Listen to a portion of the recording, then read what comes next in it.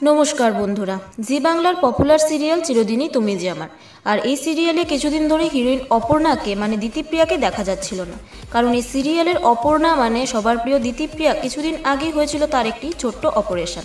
ফ্যান্সরাও ছিল চিন্তিত দিতিপ্রিয়া আবার কবে সেটে ফিরবে এই নিয়ে।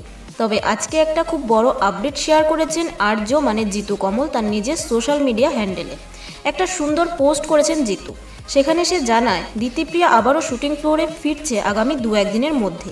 মানে ধরুন কালী পুজোর পর থেকে শুটিং ফ্লোরে উপস্থিত হবেন দিতিপ্রিয়া। আর এই কামব্যাক নিয়ে পুরো টিম খুবই এক্সাইটেড। ফ্যান্সদের মধ্যেও ছড়িয়ে পড়েছে একটা আনন্দ।